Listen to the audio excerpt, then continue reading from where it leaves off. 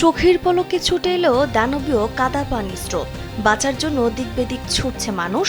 চীন ও নেপাল সীমান্তের গিরং পোর্টের সিসিটিভি ফুটেজে দেখা যায় বুধবার হঠাৎ প্রবল বেগে ধেয়ে আসছে কাদা ও পানির এক প্রকাণ্ড স্রোত।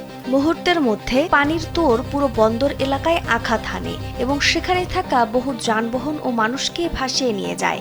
স্থানীয় প্রশাসনের তথ্য মতে নেপাল অংশে হওয়া তীব্র ভূমিধসের জেরেই সীমান্ত পেরিয়ে তিব্বতের সিজাং অংশে এই মারাত্মক বিপর্যয় নেমে আসে। স্থানীয় সংবাদ মাধ্যমের বরাতে আল জাজিরা জানিয়েছে, নেপাল তিব্বত বন্যা পরিস্থিতিতে এখনো পর্যন্ত ১৬৫ জনের মৃত্যুর ঘটনা ঘটেছে। মৃতের সংখ্যা আরও বাড়তে পারে।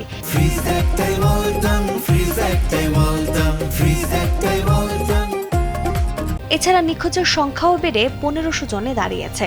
পরিস্থিতি সামলাতেই প্রেসিডেন্ট শি জিনপিং সর্বাত্মক উদ্ধার অভিযানের নির্দেশ দিয়েছেন। মোতায়েন করা হয়েছে ১,০০০-এরও বেশি কর্মী।